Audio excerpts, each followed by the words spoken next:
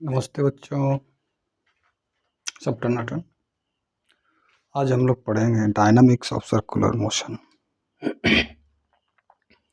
Circular motion के last classes में हम लोग काइनेमेटिक्स ऑफ सर्कुलर मोशन के बारे में सीखे थे। काइनेमेटिक्स में हम लोग क्या देखे थे कि जब कोई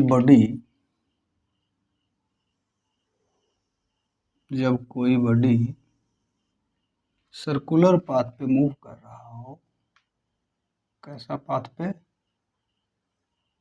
सर्कुलर पाथ पे मोशन में हो, ठीक है। सर्कुलर पाथ पे क्या हो? मोशन में हो, तो उसको कितना एक्सेलरेशन होता है? जैसे सपोज कोई बॉडी यहाँ है ना, और ये क्या कर रहा है? एंटी क्लॉकवाइज डायरेक्शन में क्या कर रहा है? सर्कुलर पाथ पे ये मूव कर रहा है, ठीक है। नॉन यूनिफॉर्म सर्कुलर मोशन है। नॉन यूनिफॉर्म कहने का मतलब इसका लीनियर स्पीड या एंगुलर स्पीड टाइम के साथ चेंज कर रहा है, ठीक है। तो इसको दो एक्सेलरेशन आया था। पहला जो एक्सेलरेशन था वो किधर डायरेक्टेड था बेटा? टैंजेंट के अलोंग, इस डायरेक्शन में, इसको बोलते हैं AT। और दूसरा जो एक्सेलरेशन था वो सेंटर के अलोंग था, उसको बोलते हैं AR। और रिजल्ट जो आया था नेट एक्सेलरेशन का, वो आया था AT प्लस AR, है ना। ये हमारा AR है और ये हमारा AT है, ठीक है। ये एंटी क्लॉकवाइज डायरेक्शन में मोशन में। फिर AT इक्वल टू क्या था? Alpha into R into unit vector along tangent, या फिर इसको ऐसे भी लिख सकते हैं dV/dt इंटू UT। और AR बराबर क्या था? रेडियल एक्सेलरेशन, ये आ रहा था हमारा V² along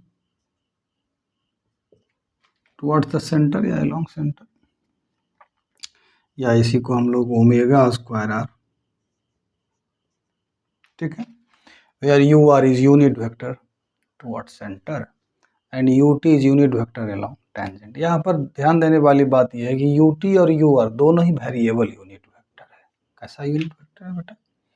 variable unit vector है, क्योंकि ये वेक्टर हमेशा चेंज कर रहा है डायरेक्शन, टेंजेंशियल हो या रेडियल का भी। देखिए यहाँ है तो ऐसे, यहाँ है तो ऐसे, यहाँ है तो ऐसे, इस तरह से हमारा ये क्या है? Variable unit vector. तो ये तो हमारा हो गया काइनेमेटिक्स। अब डायनामिक्स में हम लोग बताए थे आपको कि डायनामिक्स में हम लोग मोशन के कॉज को कंसीडर करते हैं। What is the cause of this motion, ठीक है। जैसे न्यूटन्स लॉ में हम लोग क्या पढ़े? F net external force is equal to mass times acceleration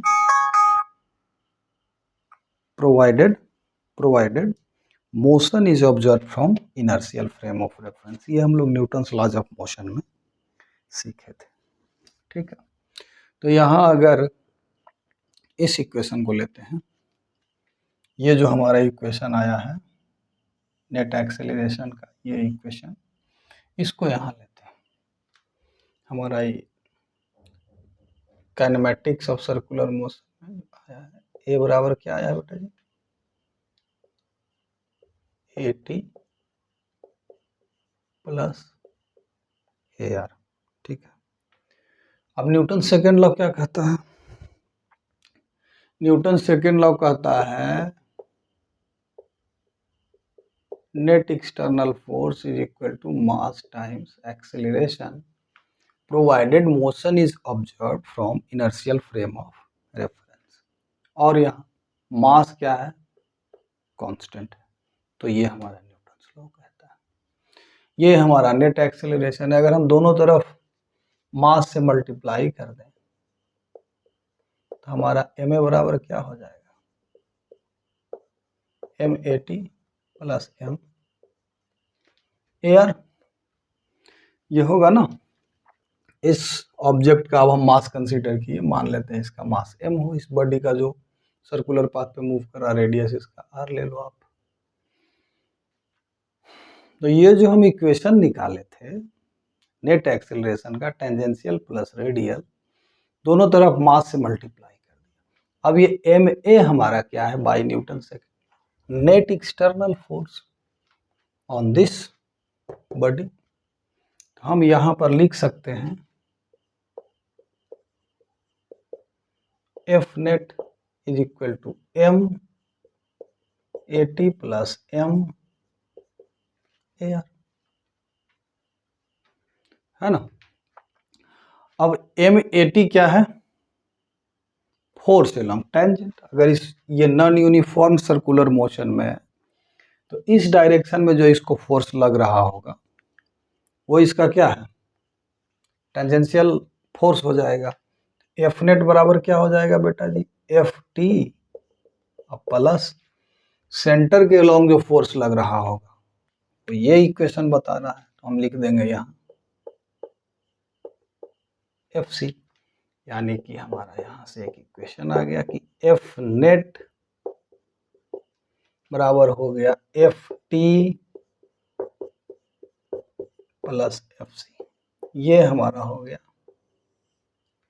ये हमारा कैनेमेटिकल इक्वेशन हुआ, ये डायनेमिक्स का इक्वेशन हो गया कि जब कोई ऑब्जेक्ट या बॉडी सर्कुलर पाथ पे मूव कर रहा हो, ठीक है, नॉन यूनिफॉर्म अगर सर्कुलर मोशन हो तो उसके ऊपर डेफिनेटली दो फोर्स तो लग ही रहा होगा, ठीक है, या फिर एक फोर्स लग रहा होगा, उसका दो कंपोनेंट हो सकता है, कोई बड़ी बात नहीं है। एक फोर्स लग रहा होगा टेंजेंट के अलोंग, अगर ये नॉन यूनिफॉर्म सर्कुलर मोशन में, और दूसरा फोर्स लग रहा होगा सेंटर के अलोंग, ये हमारा सेंटर है, ठीक है, ठीक है। अब अगर ये जो मोशन है ये नॉन यूनिफॉर्म नहीं होकर के, कहने का अर्थ है नॉन यूनिफॉर्म नहीं होकर के अगर ये यूनिफॉर्म हो तो हमारा ये जो टेंजेंशियल फोर्स है वो क्या हो जाएगा, dv बाई dt यहाँ से क्या हो जाएगा, जीरो, या अल्फा क्या हो जाएगा, जीरो। तो at हमारा क्या हो जाएगा, जीरो, यानी ft क्या हो जाएगा, जीरो। वेन यहाँ नॉन यूनिफॉर्म सर्कुलर मोशन है,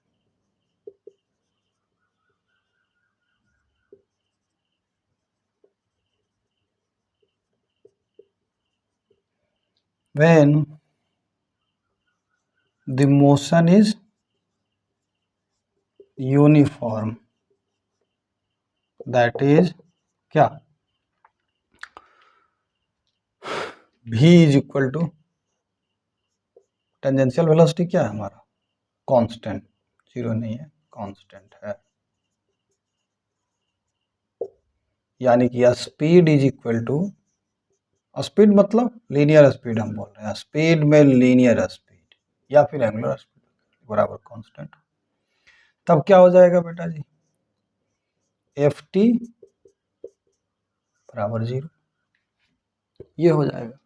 और जब ये हो जाएगा तो हमारा नेट एक्सटर्नल फोर्स क्या होना चाहिए, फिर सर्कुलर पाथ पर मूव कराने के लिए नेट एक्सटर्नल फोर्स जो होगा वो कितने के बराबर हो जाएगा बेटा, एफ सी के बराबर हो जाएगा। नेट एक्सटर्नल फोर्स जो होगा इस बॉडी के ऊपर किसके बराबर हो जाएगा, एफ सी के बराबर। अब यहाँ पर एक बात बता दें कि इस एफ सी को बोलते हैं सेंट्रीपिटल फोर्स। एफ सी को क्या बोलते हैं बेटा, सेंट्रीपिटल फोर्स। सेंट्रीपिटल फोर्स यानी कि जो सेंटर के टुवर्ड्स डायरेक्टेड हो। एफ टी को बोलते हैं टेंजेंशियल फोर्स, जो टेंजेंट के लॉन्ग लग रहा हो। तो अगर यूनिफॉर्म सर्कुलर मोशन हो तो भी हमारा क्या होगा, भी, ये भी कांस्टेंट हो जाएगा। और जब भी टेंजेंशियल वेलोसिटी कांस्टेंट हो जाएगा, यानी यह स्पीड कांस्टेंट हो गया, फिर तो नेट फोर्स क्या हो जाएगा, एफ टी क्या हो जाएगा फिर जीरो। तो नेट फोर्स क्या हो जाएगा, एफ सी, यानी कि सेंट्रीपिटल फोर्स सिर्फ, यानी कि यूनिफॉर्म सर्कुलर मोशन के लिए जब भी कोई बॉडी को यूनिफॉर्म सर्कुलर मोशन में रखना हो, कहने का मतलब सर्कुलर पाथ पे उसको रखना हो, तो एक फोर्स रिक्वायर्ड होता है, ये नेट फोर्स, एक्सटर्नल फोर्स है, ये कंफ्यूज नहीं करना है, ये एक्सटर्नल है। लाइए हम इसमें एक्सटर्नल डाल देते हैं हर जगह, न्यूटन सेकंड लॉ ही यही कहता है ना, ये हमारा एक्सटर्नल फोर्स हो गया, ठीक है। तो ये नेट एक्सटर्नल फोर्स जो है लगना पड़ेगा किसके ऊपर, उस बॉडी के ऊपर, to move that body on circular path. इस फोर्स को क्या बोलते हैं, सेंट्रीपिटल फोर्स, ठीक है। सेंट्रीपिटल फोर्स कितने के बराबर होगा, जैसे यही ना है एयर रेडियस के अलोंग, तो एफ नेट एक्सटर्नल क्या हो जाएगा बेटा जी, बराबर एफ सी हो जाएगा। और एफ सी बराबर क्या होता है, एम भी स्क्वायर बटा आर, या फिर इसको लिख सकते हैं हम लोग एम ओमेगा स्क्वायर है। डायरेक्शन लिखने का जरूरत नहीं है, सेंटर के टुवर्ड्स डायरेक्टर रहेगा ऑलवेज, ठीक है। तो सेंट्रीपिटल फोर्स, अब बराबर इसको क्या लिखेंगे, सेंट्रीपिटल फोर्स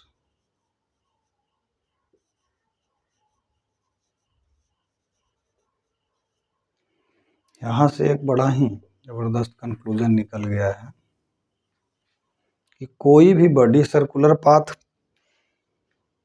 तब और तभी फॉलो करेगा जब उसके ऊपर में एक नेट एक्सटर्नल फोर्स हो, सेंटर के टुवर्ड्स डायरेक्टेड हो, to keep moving a body on circular path with constant linear speed और constant angular speed. We must apply कहने का मतलब मैं नहीं, एक्सटर्नल कोई ना कोई एजेंट होना चाहिए जो उसके ऊपर में लगे और फोर्स किधर डायरेक्टेड हो, सेंटर के टुवर्ड्स डायरेक्टेड हो। That force is called centripetal force. अब यहाँ पे दिमाग में थोड़ा सा उलझन नहीं करना है कि centripetal force is a new types of force. This force might be provided to this body, might be acting on this body in form of frictional force, gravitational force, tension force, electrostatic force और magnetic force. किसी भी कोई भी जितना भी force हम kind मतलब types of force में बताए थे, इलेक्ट्रोमैग्नेटिक फोर्स, कॉन्टैक्ट फोर्स और ये जो भी फोर्स है, तो ये इसके ऊपर में लगना पड़ेगा। जैसे मान लेते हैं कि हम क्या कर रहे हैं, एक रस्सी ले लिया, ऐसे ऐसे घुमा रहे हैं, पत्थर एक बांध दिए एक स्ट्रिंग से घुमा रहे हैं, तो यहाँ वो जो रिक्वायर्ड सेंट्रीपिटल फोर्स कौन दे रहा है, टेंशन प्रोवाइड कर रहा है, ठीक है। गाड़ी जब सर्कुलर टर्न लेता है, ठीक है, गाड़ी जब सर्कुलर टर्न लेता है तो रिक्वायर्ड सेंट्रीपिटल फोर्स, इसके ऊपर सेंटर के लंग फोर्स लगना ही पड़ेगा। तो ये जो रिक्वायर्ड सेंट्रीपिटल फोर्स कौन प्रोवाइड करता है, टायर के ऊपर लग रहा फ्रिक्शन, चूंकि स्किड आउट ना करे तो टायर के द्वारा लग रहा फ्रिक्शन सेंटर के टुवर्ड्स डायरेक्टेड होता है, ठीक है। हम लोग जब साइकिल चलाते हैं और सर्कुलर टर्न पे जब टर्न लेते हैं सर्कुलर पाथ पे, तो रिक्वायर्ड सेंट्रीपिटल फोर्स दो तरीके से मिलता है हम लोगों के केस में। या तो साइकिल को हम लोग क्या करते हैं, जैसे ऐसे घूम रहे हैं ऐसे ऐसे, तो सेंटर के टुवर्ड द मोड़ आया जब, मतलब सर्कुलर पाथ जब फॉलो करना है, तो हल्का सा साइकिल को टर्न कर देते हैं, जिसके कारण क्या होता है, सेंटर ऑफ मास यहाँ आ गया, है ना। तो इसका एक कंपोनेंट ये हो गया और एक कंपोनेंट इधर सेंटर के टुवर्ड्स वो, और प्लस ये जो टायर है, यहाँ टायर जो सरफेस के साथ है, रोड के साथ, उसके ऊपर जो स्टैटिक फ्रिक्शन है वो, तो दोनों मिल करके रिक्वायर्ड सेंट्रीपिटल फोर्स प्रोवाइड करता है, ठीक है, किसको, सर्कुलर टर्न लेते वक्त। तो कहने का अर्थ मेरा यहाँ ये है कि ये जो सेंट्रीपिटल फोर्स है, this is not a new type of force, rather this might be either frictional force, gravitational force, जैसे चांद अर्थ के चारों ओर घूम रहा है ना, यूनिफॉर्म स्पीड से। तो सेंट्रीपिटल फोर्स यहाँ कौन उसको प्रोवाइड कर रहा है, कौन उसके ऊपर में सेंटर के टुवर्ड्स फोर्स लगा रहा है, और तो कुछ एक्सटर्नल लग नहीं रहा है, कोई आदमी तो वहां जाके धक्का दे नहीं रहा है चांद को, तो कौन लगा रहा है, gravitational force. Earth is pulling the moon towards its centre, है ना। तो वही फोर्स क्या प्रोवाइड कर रहा है इसको, रिक्वायर्ड सेंट्रीपिटल फोर्स इसको प्रोवाइड कर रहा है। तो इसमें कंफ्यूज ये नहीं करना है कि F C is a new kind of force, नहीं, this is actually same types of force, this required centripetal, मतलब कहने का अर्थ है कि अगर तुमको किसी बॉडी को सर्कुलर पाथ पे मूव करवाना है, you must apply by any means, you must apply a centripetal force, मतलब सेंट्रीपिटल फोर्स ना कहिए उसको, force, you must apply a force on that body which should be directed towards the centre. ठीक है, अगर constant speed से move करवाना है तो ये रिक्वायर्ड होगा। ठीक है, चलिए।